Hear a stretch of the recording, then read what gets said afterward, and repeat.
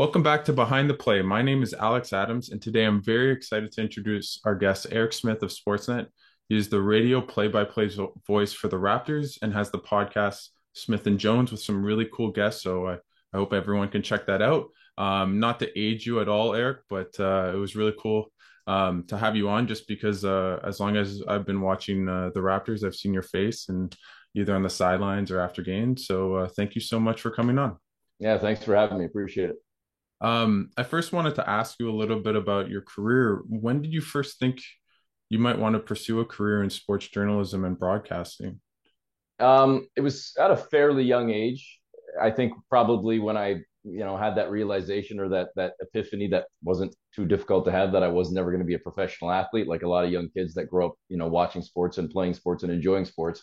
You maybe have that visions of one day being a pro. And once I kind of had that moment where like, all right, yeah, this is probably not something that I'm going to be able to pursue as a career, whatever the sport may have been. I was a big baseball fan, big basketball fan, obviously.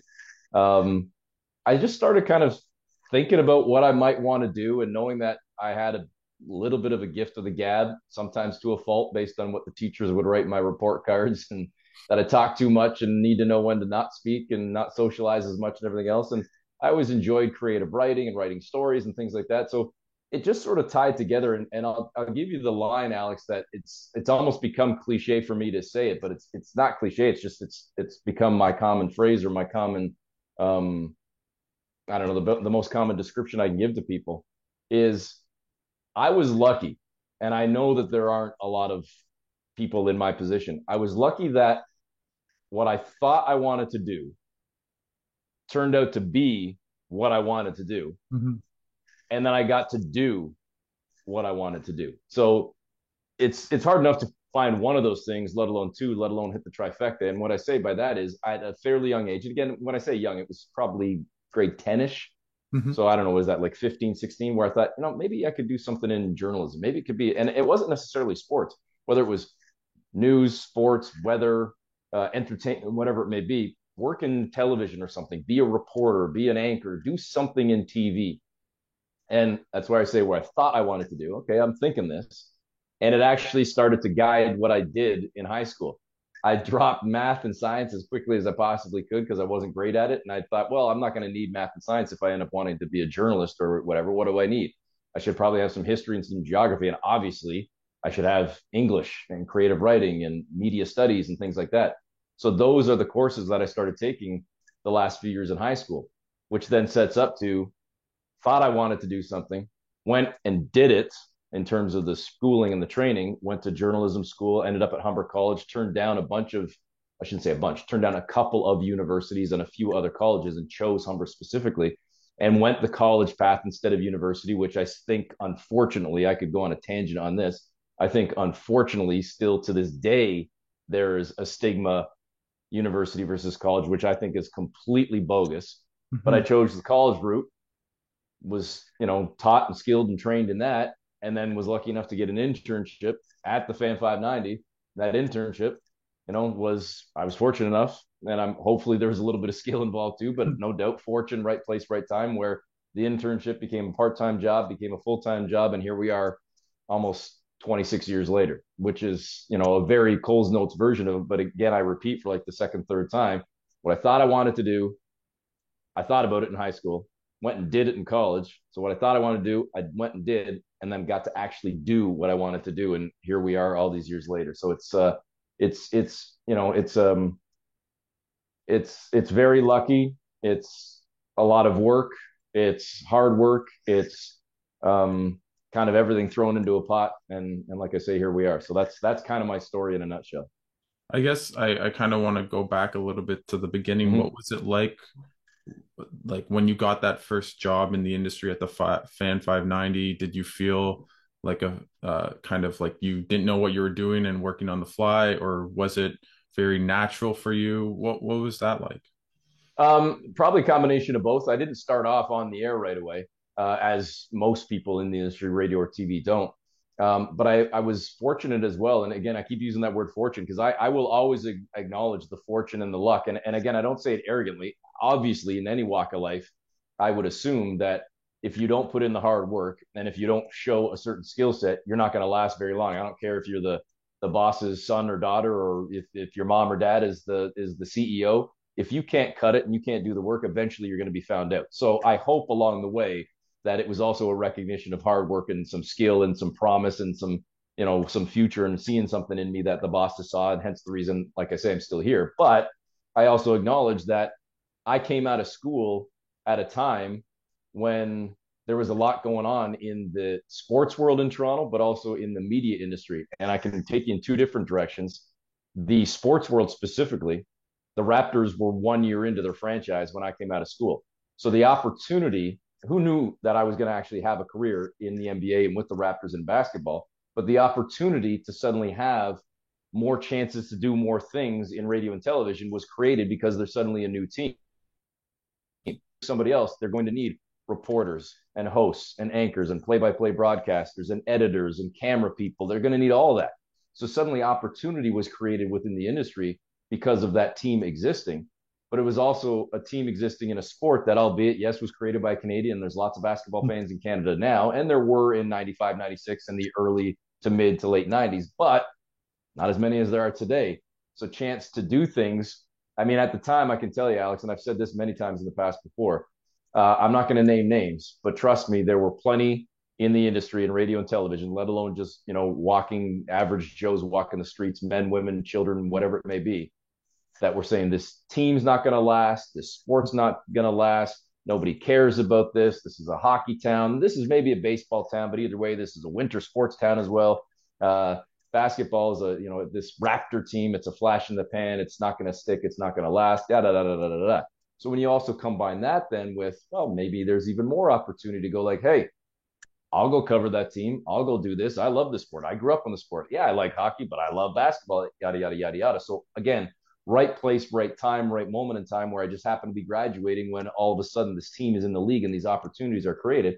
But then from an even more specific industry standpoint, to some of your older viewers and listeners, they'll remember that the current station that exists right now, Sportsnet 360, before it was Sportsnet 360, it was The Score.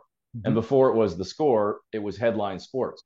So way back 25 years ago, well, 25 plus, when Headline Sports starts up, pretty much right around the same time that the Raptors are coming into the league, put the Raptors and put basketball aside for a second, just the industry itself. A brand new national television station starts up in Canada to compete against Sportsnet and TSN. Well, what do they need to do? And what does any station need to do if they're starting up? Any business. They need employees. Where are you going to find employees? At the other sports radio stations and sports television stations and news stations and whatever else. And not just anchors and not just reporters, but salespeople and engineers and editors. Da, da, da, da, da, da. So what happens? At the Fan, certain people get lured away from the radio station and end up becoming employees at Headline Sports, eventually The Score. So now I'm this intern that's been in the building for 3-4 months, and I get hired part-time because other guys and other men and women are leaving and creating opportunity. Suddenly, boom, I'm part-time, and then Headline Sports starts up, and even more people leave, and boom, like just shy of a year after starting as an intern, I went from intern to part-time to full-time in just under a year. So now I'm not even a full year out of school, and I've already got a full-time job. Now, I was working behind the scenes. I was a producer. I was making terrible money. Not like I'm rich right now, but I mean, I was making real bad money. Again, this was also the mid to late 90s. So it's not like, we're talking sadly almost 30 years ago. And it just that opportunity. So had I graduated a year or two earlier, or even a year or two later, am I in that sort of perfect storm, that little window with Headline Sports starting, with the Raptors coming in, with opportunities kind of creating themselves simply because of vacancies from other people leaving or not being as interested in the sport or whatever. And again, it's not like I just walked in and a year later, boom, I'm on the air and that's it. No, I produced for like 3-4 years and was finally starting to get a little bit of a taste of on air, and then started hosting night times. And then the other perfect storm of all this was 3 years into the Raptors' existence, which was now two and a little bit more years into my quote unquote career at that point. The Fan 590 acquired the Raptors play-by-play rights. So the first 3 years of the Raptors' existence, they were on CFRB 1010.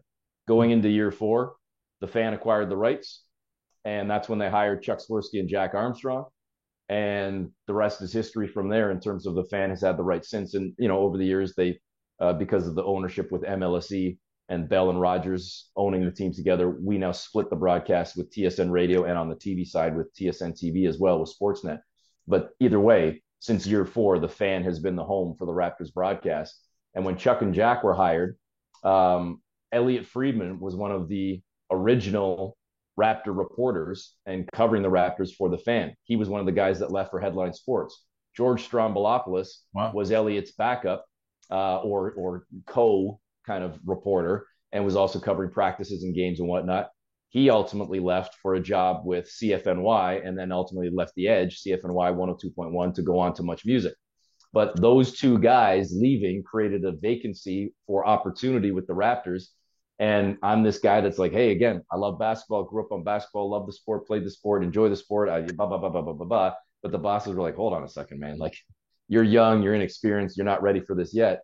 And when they acquired the rights, what they ultimately decided to do was, in hiring Chuck and Jack, they hired another veteran reporter, sportscaster that they had at the station at that time, and Barry Davis, who would go on to work at Sportsnet, whatever. So, and I don't mean this disparagingly towards Barry. I think if he was on your show, he'd acknowledge the same thing. Barry, kind of knew basketball, but it wasn't to the extent that maybe I did. But he also had way more experience in the industry as a sportscaster, as a broadcaster, as a reporter, etc. So the boss has kind of said, Barry, you're the lead guy now. You're the main guy for the Raptors. Chuck and Jack are calling the games. You're going to do the pre-half and post-game show. You're going to cover the team every day. But you know what, Eric? We'll let you go down to some practices. We'll let you go down to the home games. You can cover the visitors' locker room. You can help Barry out at press conferences and on weekends if you want to pick up extra shifts and things like that. And then also on our broadcast, if time permits and you've gotten everything you need from the locker room, if you can jump on the air for the last 2 minutes, 5 minutes, 10 minutes, whatever it may be, here's your chance to maybe cut your teeth and sort of learn the ropes. And after doing that together for 1 year, this is now going into year 5 for the Raptors, year 2 of the broadcast being on the Fan. Barry actually took an opportunity to go elsewhere within the industry, and that opened the door for the bosses to look at me and go, all right, sink or swim time. We're going to elevate you to the host of pre-half and post, and you'll be working with Chuck and Jack. You're not going to travel. You'll do the road games from the studios doing pre-half and post, but you'll be down courtside at every game. You're going to host the, all the post-game stuff and whatever else. And I was 3.5 years out of school, 25 years old, and just boom, thrust into the, into the spotlight and into the fire. And ended up doing that for 7 years. Along the way, they brought in Paul Jones, and Jonesy and I ended up doing pre-half and post together.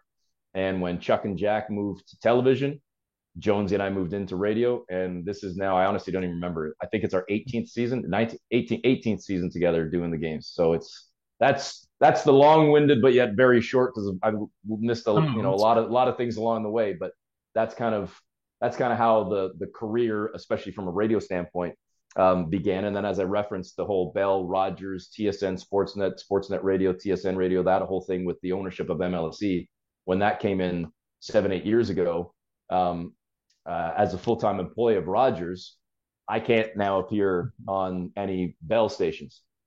So suddenly I went from doing 82 games for, a decade as a play-by-play guy, as a part of the play-by-play broadcast, and 7 years previous to that as pre-half and post, I'm doing all 82. Now suddenly I can only do 41. So that's when the TV folks came to me on the Sportsnet side and said, hey, how many of those 41 nights that you're not doing radio are those Sportsnet TV nights? And that's when the opportunity arose to do sidelines and hosting and other things. And then that sort of just springboarded the television portion of the career that has evolved into more hosting and analysis and stuff, and less of the sideline reporting and whatnot. Is there one, do you prefer one or the other, or is it just a different challenge? And it's definitely a different challenge for both. And I don't want to give you, I don't want to sound cheesy about it, but it's the truth. I enjoy both. If I'm being totally honest, at the end of the day, as much as it's I'd take nothing away from TV. I would do television full time, 100% tomorrow if I had to, needed to, wanted to, whatever.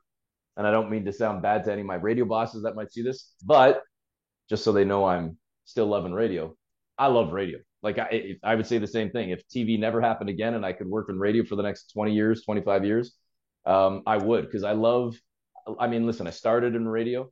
I wanted to start in television. That's when in Mhm. college, that's what I wanted was TV.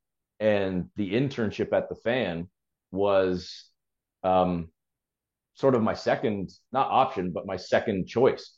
Because I originally was looking for a television internship and ultimately couldn't find one. And then a teacher, Judy Martin, Judy Charles, she's changed names over the years, but Judy was the one that came to me and said, listen, don't get so focused on the TV. Why don't you try radio?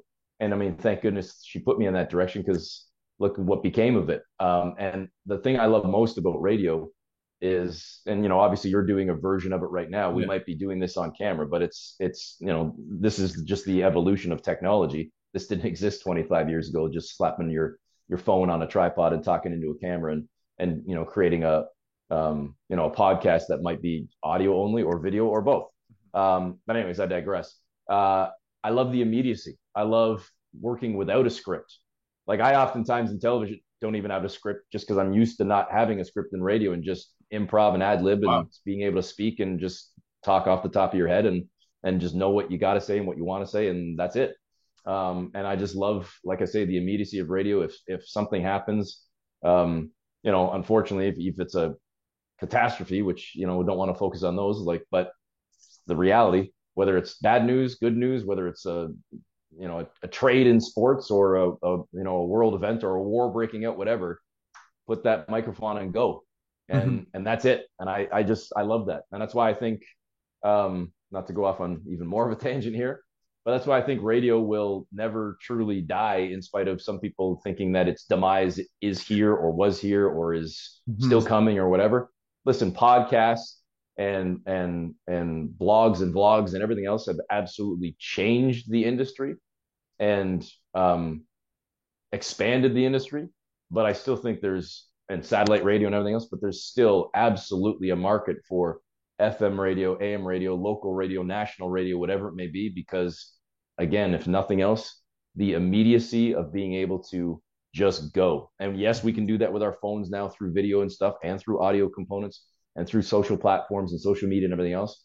But it's all an extension. I just think it's a way now of all of us, especially in the industry, trying to find new ways of doing it, while combining the various platforms and the various uses of technology and whatnot, to expand what we once did, and evolve. But I don't think it's a point of going into extinction by any means. I think it's more about evolution than extinction. I guess just to go back on your radio, like how do you prepare? Like you mentioned that it's not off the cuff, but you like the immediacy of kind of being in the moment. But what is your preparation and process like for radio? You have to obviously be well read and do your research. But obviously, the preparation is a lot different for a 2, 3, 4 hour radio show versus what it is for a live play by play broadcast, versus the preparation that you might have to do for a 90-second or 3 minute television report. It's all different. Um, like, if I'm doing a radio show, unless it's a radio show strictly on basketball, well, I might be talking to a baseball guest, a hockey guest, a basketball guest, a tennis guest. I might be opening up the phone lines to whatever you want to talk about, and got to be prepared then to uh, maybe not answer every question, but at least have an opinion on, and thus then have a general knowledge of a whole lot of things. So you have to be well read. And I would say not just on sports, because Mhm. I think pop culture, current affairs certainly, but pop culture is something that I think you need to be well aware of, and know what's going on in the world, in entertainment, in news, in sports, even in the weather. Because that's going to potentially influence a conversation or your Mhm. perspective on something. So you have to be well read on a lot of stuff. But just like I don't know what questions you're going to ask me, you can read and you can research and you can be prepared, but at the end of the day, you have Yeah. no idea what the guest is going to say in the question you ask. You have no idea what the caller is going to ask you when you open up those phone lines. You have no idea what news might break while you're on the air. So you can't really rely on that script. And again, a live radio show is different than a sports highlight show on television, where you are throwing to clips and highlights of stuff that has already happened. Hmm. Now, news breaks during a television show, you better be well read because now you're probably not throwing the highlights. You're going to the breaking news and you better be up on the latest and you better not mispronounce names and you better at least have a base Hmm. knowledge of all that stuff.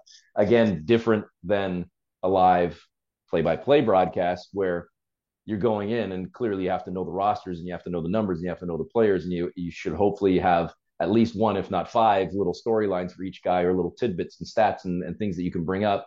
But chances are you might use 3% of the preparation you did and the work you did because at the end of the day, your job is to call what's in front of you and not just go, oh, I really wanted to get this point in and I Hmm. did so much work to get to Yeah. this. No, the job is to call the game. And that's the great thing about sports is every game is different. Every game is different. And like I steal the line from Jonesy all the time. We've been working together for so long that we often steal each other's lines. But it's the original and the ultimate reality TV. Like the only reality TV I really watch is Survivor. I'm still one of those guys after all these years. I think because of my kid, he started getting into it as well, so it's become sort of a family thing to record it and watch it back. But I don't watch anything else because nothing else to me compares to sports, and that is reality. Like forget about Bachelor and whatever else and all that stuff. It's like this is reality every single day, not knowing the outcome going in, and knowing that every single night it's going to be different and there's going to be a different storyline and 10, 15, 100 different storylines and moments. That's what's awesome about the job and about working in sports and everything else is just knowing that it's always fresh, always different, and you kind of approach it with that mindset of like, hey, what am I going to see tonight? What am I going to watch tonight? And just to go off what you have seen, what are some of your most memorable moments covering the Raptors? I know you've covered Kobe's 81 and the Kawhi shot and championship, like when they won the finals, Yeah. that game six. Maybe just speak to kind of what memories stick out for you. I mean, you just hit on probably the three biggest ones. I mean, the Kawhi shot, that's the picture there.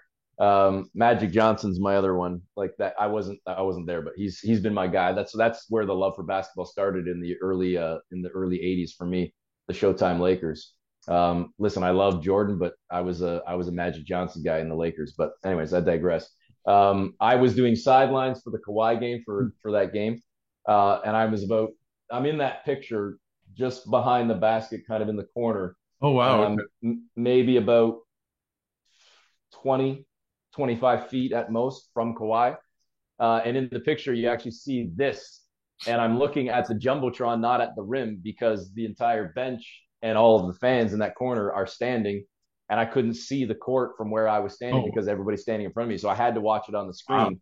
But then my job doing sidelines for that broadcast was, as soon as that shot went down, I pretty much had to crowd surf my way, those 25 feet to get onto the court and fight my way through the crowd.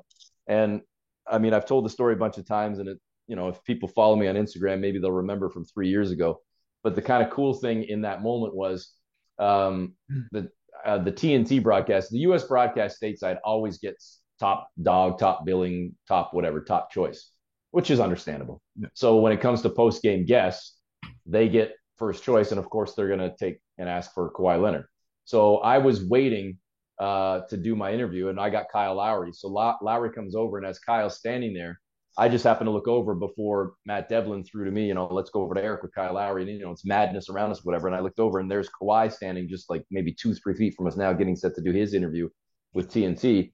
And on his left arm, sort of on I guess his tricep, sort of side of his arm, bicep, tricep, whatever, he had like a little pool of blood, like a little drip of blood coming down his arm. It's not like it was gushing by any means, but it was definitely fresh blood and it was running down his arm.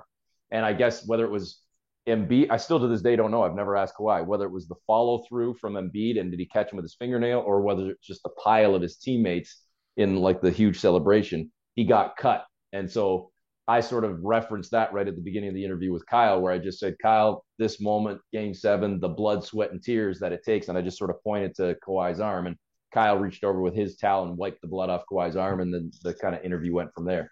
So that definitely stands out, and that would be for most people the number one moment. But when you top it, with the championship, and I had the call for Game 6 of the championship back on the radio. So again, that was when I was still doing both roles. I don't do the sideline stuff anymore, but when I was doing both and kind of flipping hats, from game to game, So game 7 for that round being on the TV, but then game 6 having a chance to actually have the final call and to call that championship moment. And then Jonesy actually ran down to the floor to sort of be the guy on the scene with the remote microphone, and I had to just sort of anchor our radio broadcast and throw down to Jonesy. So it was cool for him that even though he, at the end of the day, we're a team, period. Whether, you know, I've always looked at it, and I know he does as well. And again, maybe it sounds cliche, but it's the truth that we both believe.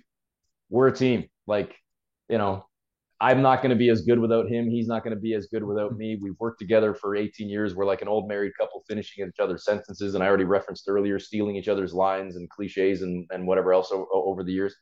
But it was a cool moment to know that, all right, I had the final call. We had the final broadcast. But then here's a guy that's been working with the team from day one, and he's the one that's down on the floor in the confetti and in the celebration and doing the interviews with the players. So it was great that we each got to have respective sort of cool personal moments, as well as the team moment that we had as a broadcast team. And then when our radio broadcast ended, kind of threw off the radio hat, put the TV hat back on, and I was in the locker room and walking my way through 3-4 inches of champagne on the floor in the locker room and getting sprayed with champagne and clinking bottles. Like, I mean, again, there's a picture on my Instagram feed from 3 years ago of like, you can't imagine the amount of bottles that are just like bottles upon bottles upon bottles. And then that ends, and I'm getting text messages from the guys working on the broadcast, the producer and the director and statistician and Matt and Jack and other guys and Leo that are saying, "Where are you?" We're in the Oakland A's locker room because back at the old Oracle Arena in San Fran, um, the arena was connected through the Oh, sort of bowels of the underbelly of the arena. It was connected to the baseball stadium. So the NBA, and actually, now that I say that, it wasn't the Oakland A's, it was the Oakland Raiders who were still okay. in Oakland at that time. It was the Raiders locker room that they had set up for like a photo studio essentially, and they had the backdrop, and that's where the players, obviously the coaches, the front office, the staff, but then family and friends and everybody and anybody that wanted to get their picture with the trophy. And then the organization, the team was gracious enough to extend it to the team broadcasters as Wow. well. So there I was like 2 hours after the championship, and I'm holding the trophy and getting my picture Wow. taken with the trophy as well. So that was awesome. And then the other one you mentioned was Kobe, and that Kobe 81 point game, especially as a guy again that grew up on the Lakers and a Laker fan, to be sitting courtside about 10, 12 feet from the Lakers bench. And when Kobe Bryant checks into the game, and you see when, of course, LeBron made it famous, but the sort of talcum powder, the rosin that the Yeah. guys put on their hand, it's more famous in baseball with that pad that the pitchers use. But in basketball, it's just like talcum almost, but it's just in a tube, and they put it in their hands, they rub it together, and of course LeBron used to do the thing. So, anyways, the reason I reference that is Kobe, when he was checking into the game, that that talcum, or that rosin, I should say, I keep saying talcum, that rosin was literally right in front of Jonesy and I. So every time Kobe checked in, he'd be shaking that and then clapping his hands together, and it was sprinkling all over my computer. So at one point, Paul referenced in the broadcast like how I'm like a little kid getting sprinkled with pixie dust every time, because I look just so giddy sitting courtside watching Kobe go for his 50, 60, 70, and then ultimately 81. And that was our first year together calling the game. So that was our first year on the road as a broadcast team, coming off pre, half, and post, and to be initiated with, I can't even remember what game it was. Was it game 35 or 40? Yeah, it was in It January, I think, was a right? January game, so we were kind of right around that midway point of the season. To see that live and in person, and other than the championship, Is that moment's never been topped. I mean, that was unbelievable to be there in person, courtside, right beside the Lakers bench, just watching. Like, it was is unreal, it unreal. true that you took the box score? Is that Yeah, yeah, and yeah, then did Kobe sign it too? Was that yeah. and what was that like for you? So that picture, just so I don't get called out for lying, that picture is autographed. That Magic Johnson picture. The Kawhi one isn't. Nothing else in here is. Um, so the only time that I personally, and I say this all the time, if anybody wants to call me out for being unprofessional, whatever, Fine, I'll take it. The only time in my 25 plus years that I've asked for an autograph from a player was Kobe. And it was not quite a decade later, but it was at the All Star game in Toronto. And Kobe's Nike rep was Nico Harris. Nico Harris is now the general manager of the Dallas Mavericks. Hmm. But at the time, he was working for Nike and he was Kobe's guy at Nike. Nico was friends with Paul's brother, Mark Jones, who works at ABC ESPN. Excuse me. And Paul, through Mark, got to know Nico as well. So, anyways, rewind to the game in LA, the 81-point game. At the end of the night, I took 2 copies of the box score and just kept it in a folder and figured like this is a piece of history.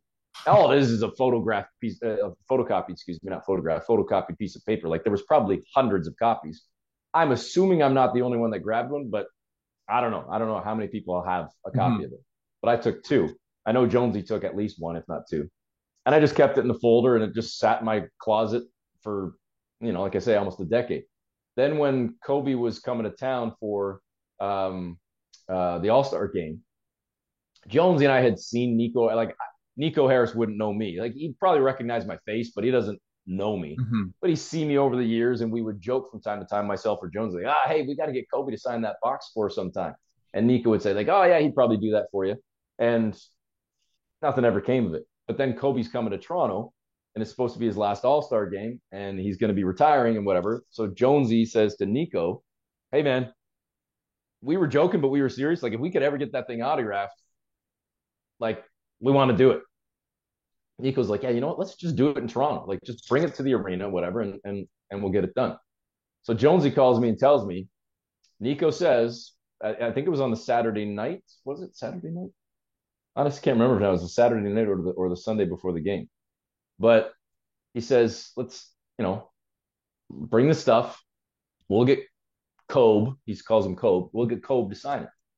I'm like, okay. So I go into the closet and I had 2 jerseys, like and they're actually just off to the right here, a white number 8 and a purple 24, Wow. the Kobe Bryant jerseys. And they just sat in the closet as well. So I thought, what the hell? I'll bring the jerseys, I'll bring the box scores, and if he signs 1 or none or whatever, but all right, whatever. So I brought them. Jonesy shows up. He's the one that initiated and orchestrated and organized the whole thing. He forgot his box score. I don't know how, but he forgot. So there I am with my stuff, and Nico and Kobe come in, and we're in a little back room at well then Air Canada Center, and Kobe comes in, and Nico, like you know Paul and Eric, and no, he doesn't really know us, but yeah, a guy, whatever. And he's like, he's the one that these are the guys that have been talking about having the box score. And Jones is like, I can't believe I forgot mine. He's like, what do you mean you forgot yours? How'd you forget it? And so I say to Jonesy, it's like I have 2. You can take one of mine. He's like, no, I got my own. I'll get it done at some point. I'm like, I don't know when, but okay. So then Kobe takes the jerseys and quickly signs both jerseys. And then he takes the box score and he signs Kobe 24. Hmm. And I was like, that's awesome, but you weren't wearing 24 then. He's like, shit. Like, and so he signs the second one, Kobe 8. So I actually technically have 2 box scores autographed. And one's probably even more rare because it says Kobe 24, even though right on the box score it says Kobe number 8. So then I have the second one autographed that says Kobe number 8. So that is, again, take my credentials away, call me unprofessional, whatever it may be. But that is, in 25 years, the only time I've ever gotten an autograph. And I don't care. I feel absolutely no shame for that. To me, that's a piece of history. Mm-hmm. And to have that, it's not anything I'm ever going to sell. That's like, I don't care what it's worth. That's just a piece of nostalgia and a piece of history for me to have and for me to pass on to my kid and whatever else. So that's a cool thing to have. So those are the 3 top moments from a sports perspective. Unfortunately, and I kind of referenced this earlier, when breaking news happens and things happen, the one that definitely stands out is, and it was a day, but then it became a couple of weeks. But I was on the air on September 11th, the attack on the Twin Towers. Now I wasn't on the air when the first, unfortunately, let alone second plane hit. I was on the air that night hosting the evening show from 7 to 11 with then my co-host was Bill Hayes.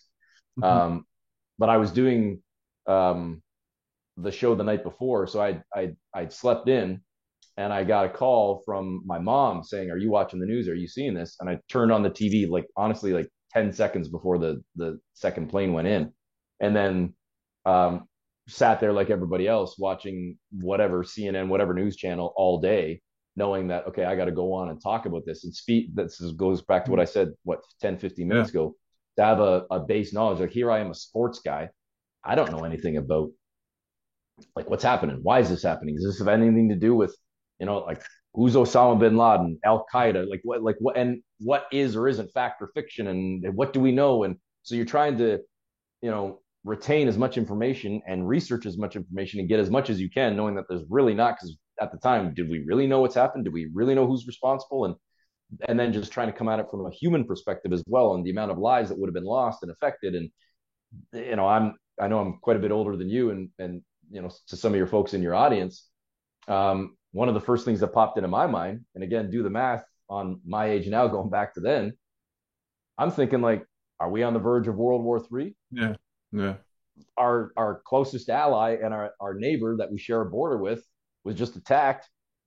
Is a war going to break out? If there's a war, is there going to be a draft? If there's a draft, am I getting drafted? Am I going to be fighting? Like all this stuff is Mhm. spinning through my mind as you're preparing to go. Oh, I also have to host a 4-hour radio show and sound like I kind of know what I'm talking about, and then maybe try and tie some of it into a sports angle. Even though, do we really care about sports right now? Because what the hell's happening in the world and blah blah blah blah blah.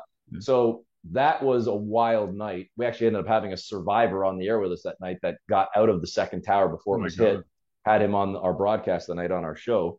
And then for like I say, that at least the next week, if not the next 2, 3 weeks, I give the fan an abundance of credit, let alone everybody that was working at the time. But the fan, to me, and I'm certainly biased to some extent, but I thought we did a hell of a job as a station overall, just sort of morphing into more of a news slash human interest Yeah. station and not really a sports station, because at that time, man, sports didn't matter. And then it sort of started to turn when ultimately the Mets and the Yankees decided that, hey, the World Series will go on, and this can be a unifying, sports can be that glue to bring people back together and kind of give people hope and blah blah blah blah blah. And that afforded us and obviously others in the sports industry to start kind of shifting back to, all right, let's talk about sports, but let's find different angles, different layers of the onion to peel back, not just talk about stats and numbers, but stories and connections and Mhm. find different ways to attack it. So those are the top moments. But again, that's like I was actually producing the night that Princess Diana Oh wow. died as well. Dan Dunleavy, who's now the voice of the Buffalo Sabres, Dan was hosting that night, and I was producing, and I ended up kind of quasi co-hosting with him that night. And there's another case. It's like I'm almost positive Sunday night, 22, 23-year-old kid doesn't know a damn thing about the royal family, and suddenly now it's like, hey, this is a massive story in the world, and this is bigger than any sporting event that's going on a Sunday night. And so there was Dan thrust into start talking about the royal family and about Princess Diana and try and find some guests to talk about this. And so it's like you just got to be Yeah. ready to go and be able to ad lib, whether you're behind the scenes or on the air yourself.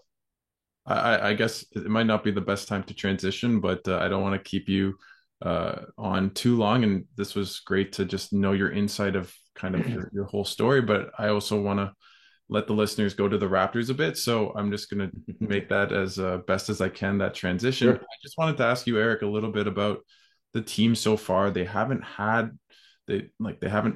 under 500 right now. For you, Eric, is the team's record reflective of who they are as a team? Are they much better than what their records suggest? And just what are your general thoughts on the team's start to the season? I think they are better than their record indicates. But at the same time, how many times have I referenced cliche? I guess you can't work in sports without having cliches. So I think I've said it about 15 times. You are what your record is. So even if you say you're better, you are what your record is. I think it's more a case of looking at the factors or the reason as to why the record is what it is. And I'm sure there's going to be some people that are watching this rolling their eyes or groaning or saying, oh, he's making excuses. I often try to look at it though, like excuses more often than not, if you really are honest with yourself, are facts. And the fact is, this team has been ravaged by injuries. And listen, they're not alone. There are other teams in the league that have dealt with injuries. So I'm not saying this is just unique to the Raptors. They have dealt with a ton of injuries, which has thus made them deal with a ton of different starting lineups and a ton of different rotations. And even currently, like I'm not making any excuses for the two games against Orlando. Those were two bad losses and two unexpected losses, at least as far as I was concerned. Um, to me, worst case scenario, you're getting the split in Orlando. Worst case scenario, you're certainly not going down and losing both. But when you don't have Precious Achua and haven't for 3+ weeks now, when you don't have the to me a guy that was a pretty substantial, pretty maybe not marquee, but a significant off-season signing in Otto Porter, who's coming off a championship experience, a defender, a shooter, a three-point shooter, a guy that can play multiple positions, and he's played what I don't even know 3-4 games for the Raptors this year at best. You still don't have him. You don't have Achua. Now you're still without Juancho. Juancho didn't play a ton to start the year, but then there was about an 8 to 10 game stretch where he was playing significant minutes and playing a significant role. He's out. Then just as you're thinking, okay, it's just those three, we're okay with the rest. Now you lose OG for a game.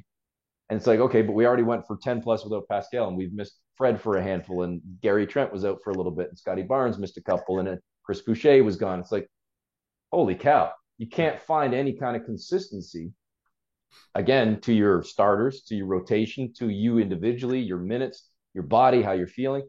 I think that's a massive factor right now. Then take that and say, okay, at the end of the day, though, Eric, you just told us you are what your record is, and forget injuries. You still got to go out there and play. All right, agreed. But you're not playing to the way, to me, that you should play based on the way this team was built on their rep. And their rep was as a hard nosed, defensive minded team that's going to get into you. And the offense will find its way, but they're going to really beat you with their defense. And I think that to me is where Toronto is kind of faltering or slipping more than anything this year is on the defensive end. And again, injuries play a factor in that because they've been missing some of their key defenders. But I think Fred hasn't looked as strong defensively. Trent hasn't looked as strong defensively. Barnes hasn't looked as strong defensively. OG's obviously been out of his mind. He's been awesome. But the second unit, I don't think there's been a major lift on either end of the floor outside of maybe Boucher. There hasn't been a ton from the second unit. It's changed a little bit now that Gary's coming off the bench. So again, I'm not saying any of those guys have been terrible. I just don't think they've been as strong. And I think there's room for growth, room for improvement, and room to get back to where they were. Like Fred's a guy that was talking about wanting to be all defensive. And he certainly was that guy in the past. He hasn't been that guy yet. Not again, not that he's been terrible, but he hasn't been that elite potential all NBA defender that we've seen in the past. If he can raise that level, if Scotty can raise that level, if the rest collectively can raise that level, I think it's going to change. I'll say this though as well, and this is again where some people might roll the eyes, whatever, but I think it's a fact. I don't have the standings in front of me. I haven't even looked at them this morning. But correct me if I'm wrong. I believe so. The Raptors sitting at 13 and 14. Last night, the Mavs went into their game at 500, 13 and 13. They won last night. So the Mavericks have one more win than the Raptors. But yet, Luka Doncic is unbelievable, and he's an MVP candidate and everything else. Okay, yeah, they lost Brunson in the offseason, but are the Mavs not a pretty good team?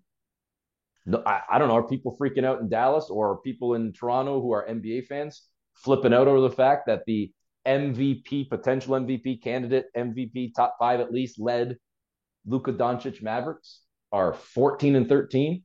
They're only a game better than the sky is falling, god awful. I can't believe they're so terrible, Toronto Raptors, or the Brooklyn Nets, who started the season terribly and have been playing much better for the last few weeks, if not month, are what?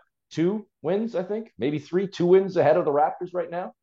And Jonesy would be the guy that would point out right now, don't even look at the win total, look at the loss column. And I would challenge anybody watching right now, assuming you're watching on Tuesday, Wednesday-ish. Mm-hmm. If you're watching this a week from now, maybe it's different. But look at the loss column and see how close the Raptors are in the loss column to all but everybody not named Milwaukee and Boston, maybe Cleveland. Almost everybody, including the teams below them. Yes, I acknowledge that as well. They're just as close from dipping further as they are from rising higher. But I think they're, if I'm not, I don't know if you're looking at, I saw Yeah, you I'm looking looking. down. I They're think there's got to be at least six, if not seven teams. And I could be wrong, Alex, but I think there's at least six, if not seven teams that have 11, 12, or 13 losses. yeah, And yeah, it right in that range, right? about And eight. okay, eight. And Toronto's got 14. So you're like in the loss column, you're a half a game, maybe two at most away from seven, eight teams. So I feel like to some extent, people need to just kind of relax and realize that yes, we thought they'd be better. Yes, they rose the expectations based on last year, but we also know that a lot of teams got better as well. So you might not be taking the meteoric rise this year that you had hoped for because other teams got better too. And we always say, here I'm going to use the word again, cliche or otherwise, health is the number one determining factor in any sport. I don't care if we're talking football, hockey, baseball, basketball, or otherwise. If you get derailed by health for a little bit or for a long time, it's going to have a massive impact on your team. And I think the Raptors have been riding this unhealthy wave. They're now sitting at the 1/3 point of the season, right? 27 games in, 54, 81. So yeah, we're officially pretty much right at, the 1/3 mark. Let's see what happens in the next third. And then that brings us to probably February-ish. Raptors did not get, well, I shouldn't say didn't get. They didn't stay over 500 until after the midway point of the season last year.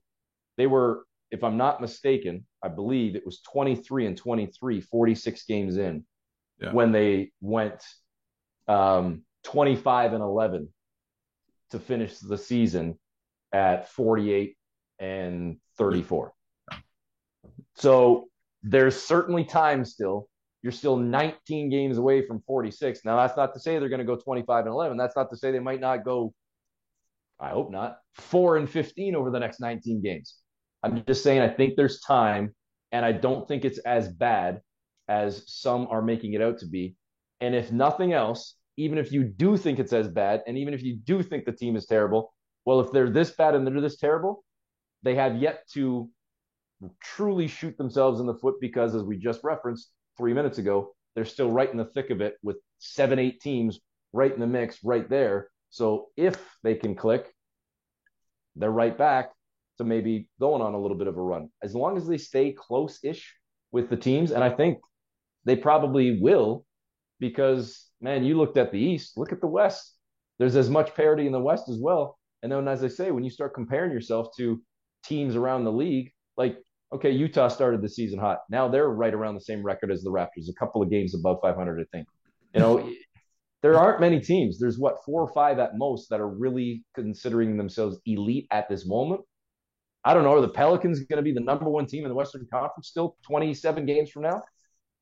Maybe. Are they going to take a dip? So look at even the two teams that were in the championship last year, right? Look at their records. All right, one in Boston's pretty damn good. Golden State, what's their record compared to the Raptors? They've struggled as well. What and about the team they faced in the Western Conference Finals, or what about Phoenix, a team that's been rising as well? What's their record? So I think a lot of teams are kind of having their early season issues, and Toronto's just one of many of those teams. The key though is I'm basing all this on they will turn it around. If yeah, they don't, then we're having a different story if you and I talk again in another 27 games or whatever. I guess I just wanted to transition a bit to Scotty Barnes because I mean I think the expectations for him were maybe a bit too sky high, and he's had a bit of a sluggish year so far, maybe a bit worse than his rookie. What do you think has kind of led to that? Is that just I know he's feels like he always sprains his ankle every game. Is that like is he injured? Is he battling through stuff? What do you think's kind of happened with his game so far this year? It's funny with him, right? Because if you this is the classic what am I going to say to now for the 21st time? When I say cliche, this classic sports cliche of the eye test. If you look at the numbers are as good, if not better, than they were last year. The scoring is down a little bit. The assists are up pretty good, like about I think about an assist and a half more, and the rebounds are pretty much all but identical. So, at quick glance at the numbers, you'd say, "What's the problem?" I think it's because yes, you weren't necessarily expecting status quo. You were expecting a rise, and we've only really seen the rise in the assist totals. Um, but I think the eye test tells me, and again, I'll be honest, I have not spoken to Scotty. Granted, the team's also been on the road for the last 4 or 5 days, and I'm not at practice today. I'm talking to you. Um, I haven't had a chance to ask him, but based on what my friend, my colleague Michael Grange wrote a couple of days ago, Scotty did speak down in Orlando, and he says he's happy and he's still enjoying the game and the games, and he still has joy in his heart, and he still thinks he's the same person, and everything's good. What I would have said was, it doesn't look like he's having as much fun on the court. He doesn't seem to have that same sort of infectious, outgoing, uh, bubbly personality, constant smile that he did so often last year. Now he's saying otherwise. Well, I can't say the guy's lying. I got to take a man for what he says and trust what he's telling us. So I guess the best answer I give you is I don't know, because my answer, had Scotty not said the complete opposite, is he seems like something's affecting him. Like, it just seems like, whether he's hurt, whether he's going through something in his personal life, whether he's more upset at the officials, whether he's frustrated by the inconsistencies of the team, which he plays a part of. He just seems like he's not quite himself on the court and not playing with that same joy that we seem to see almost every game last year. That would have been my answer to you in my analysis. That's what I see. That's what my eyes are telling me. But like I say, he said the complete opposite, and he feels like he's the same guy. Um, I think there's probably a little bit of truth in both of our statements to some extent, because I think that, you see it. Everybody watching probably sees that he's just not. It doesn't seem to be that same guy. Yeah.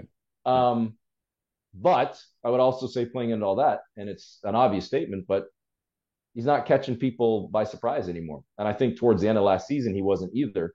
But like, you're the reigning rookie of the year. You're on the radar now. You're on the scouting report more than ever.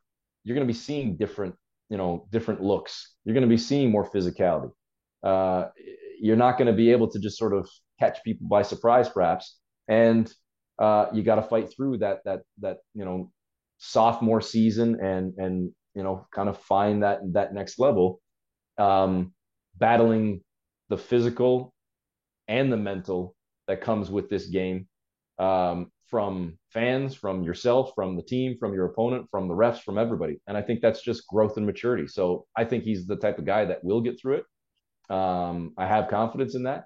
And I would say, again, to reference where we started, at the end of the day, he's still having a pretty decent season. It's just, you know what? We had hoped, and we still think, at least I do, that you got a superstar in the making. So yeah, you want to see a little bit more, and you want to see a little bit more from everybody right now. So hopefully they can collectively find that. I guess I wanted to move to Siakam, and he's probably had a career year, like with assists, rebounds, points, everything essentially at career highs. What do you think is like, what has he done to be so effective to start the year, and what has kind of changed or evolved in his game from previous years for you? And this is not to imply, excuse me, that Scotty or Fred or anybody else isn't doing the same thing, because they are, but he's putting in the work. That's the biggest thing. Like, he was, I mean, he always has been a gym rat, but this summer specifically, putting in the work more than ever before, I believe. Like, even if you go back to last year, he couldn't do a ton of work in the off season because he was still recovering from the shoulder surgery. Yeah. So he could do what he could, but I think that impacted things. And then coming off of last season, and the frustration of missing the first part of the year, and the frustration of the early exit and whatnot, and then looking back to the previous summer, going, man, I couldn't do anything. I think it was like, hey, I love being back on the floor, and I'm gonna and then he said it. He set the bar, right? He said, I want to be a top 5 player in the game. So that was him setting the bar, setting the motivation for himself, and he's put in that work in order to be that type of guy. In terms of the game specifically, beyond just the work, I think we've seen him go back to being a little bit more of an attacker. I thought he got away from that last year, even though it was still, an All NBA season. Yeah. I think he got away from being an attacker, where that to me is where he made his name, especially early on, running out in transition, getting up behind defense, attacking the basket a little bit more. And I also think he's been that much better as a playmaker this year. He was never bad, but I think because he's attracting the defense now, more than ever before and seeing more double and triple teams than he's seen before. He's had to become a facilitator, and in doing so, he's been a good facilitator. So I think he's worked on that component of his game. The problem now, though, is I think the assist totals would be even better and it'd be even higher if the Raptors could knock down some damn shots. Like they've Yeah, been yeah, the worst 3-point shooting team in the league for a like a month month. now, I think. Yeah, yeah, So it's pretty crazy to think how the numbers would be even better than they are, and they're already damn good if guys were making shots on a more regular basis. And to me, they're not getting bad shots; they're getting good looks. So again, maybe I sound like a coach, like, oh, I'm confident they'll go down, but if you've yeah, played the game at any level, I don't care if you're just a weekend warrior, if you played college or pro or overseas or whatever else, if you're getting good shots, getting good looks, they will eventually fall. To me, I'd have more of a problem if you're seeing the Raptors constantly jacking terrible, contested, off balance, whatever. I think they're getting good looks. I think that keep doing what you're doing, and the tide's going to turn at some point. I guess I wanted to transition to OG, who also has been having a great year on both sides of the floor, like career highs and basically again like Siakam, almost all the Yep. statistical categories. I guess just what have you thought of his game and his elevation, but also would you consider him as a defensive player of the year candidate as we speak right now? I think he is, but I think like a lot of stuff, I think the record will impact that. Like, I mean, it might sound stupid to say, knowing that we still have 2/3 of the year to go, but if the season ended today, he'd be in the conversation, but I think he probably wouldn't win because the Raptors are a game below 500 and they're not among the elites. And I think you'd probably be looking at one of the elite teams. And I think I'd say that about any award. Like I referenced Luka earlier. I'm not giving the MVP to a guy whose team is one game above 500. That's just me. Or a guy that, to me, he's been a little bit better as a defender, but traditionally, historically, kind of plays more on one end than the other. That to me, I want to see a defender that can kind of do both, or at least a semblance of both. But to go back to OG, yes, he'd be in the conversation. I anticipate him staying in the conversation if the Raptors' record improves and he can maintain this tear that he's been on because he's been a terror to deal with. His anticipation skills for jumping into the pass lane, for reading offenses and knowing plays and knowing players' tendencies and whatnot, I think is second to none on the Raptors and second to very few in the league overall. But I think the defense has always been there for him. It's more the offense, and his shooting hasn't been great. Like he's one of those guys, like pretty much everybody on the team right now. I think he's shooting only around 27, 28% from distance. Um, so clearly that needs to improve. But then it's like, well, heck, how is he having the success he is then in terms of his scoring and the major uptick? Well, almost like I said with Pascal, he's attacking a lot more, getting to the rim, getting to the line, using his handle. That's one thing I thought needed to improve, and it has. And I think there's still room Yeah. for more improvement, but being able to take guys off the bounce. And I love the fact that he said one of the biggest things for him was just kind of saying it out loud and speaking it into the world. Like, I want to be considered one of the best defenders. I want to be considered one of the best players. I think my game has not been recognized enough.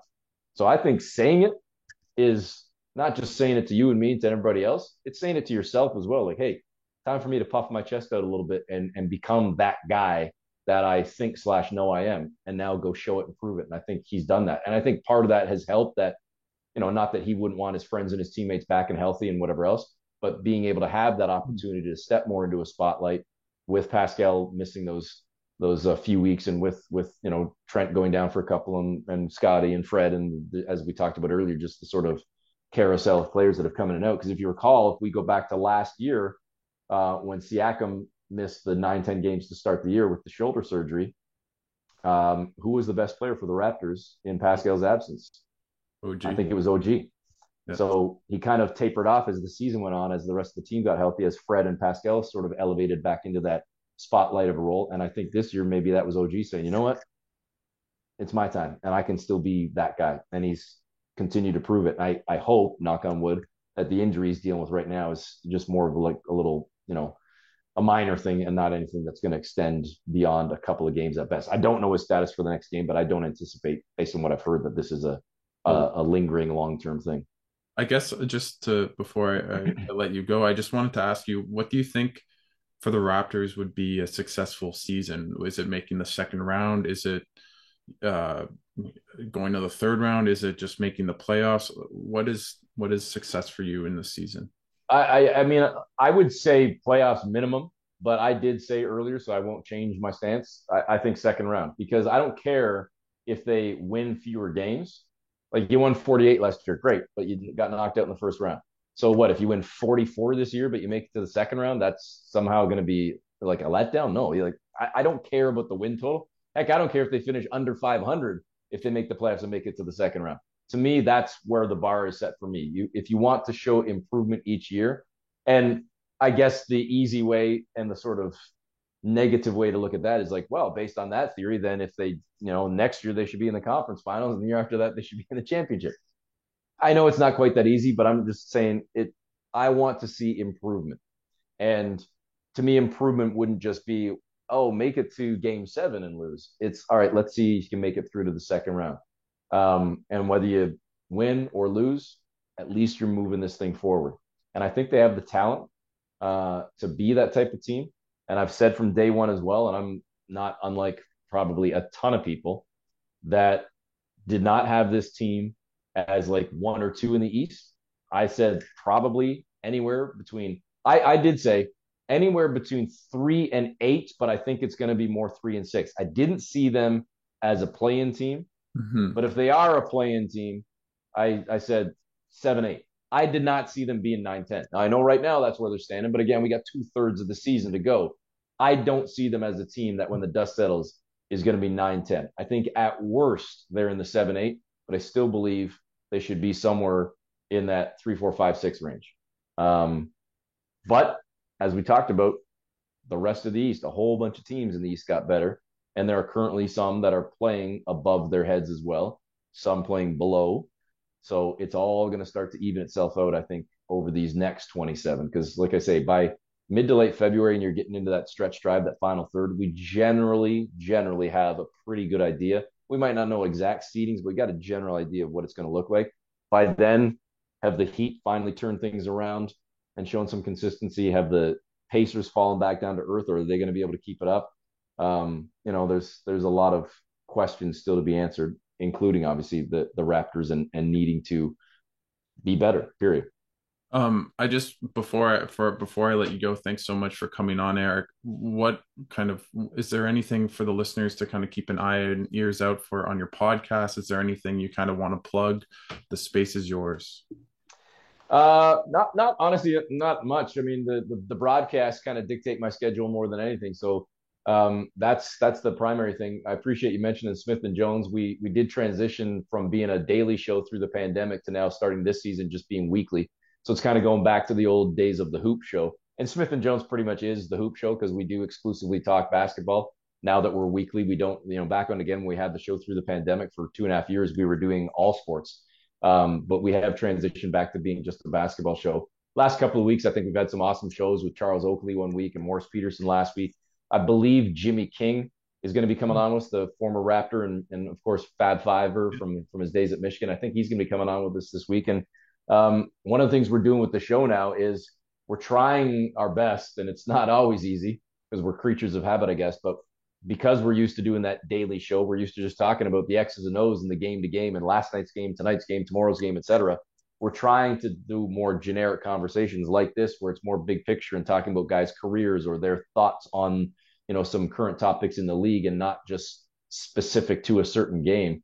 Because we're obviously trying to keep it more generic so that the shows aren't dated. So if you don't hear it right away on day 1 or 2, you can still Mm-hmm. find it fresh and topical and worthy to listen to 3, 4, 5, 6 days later because we come out every Thursday. So if you want to follow, I guess that's my cheap plug is if you're not following or subscribed already, obviously on Apple, Spotify, Google, whatever your podcast platform is, and just subscribe to Smith and Jones, and we put fresh content out every Thursday.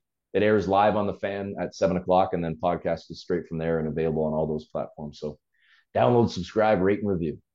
Well, thank you so much, Eric, for coming on, and I hope you have a great rest of the season covering the Raptors. I appreciate it. Thanks for having me.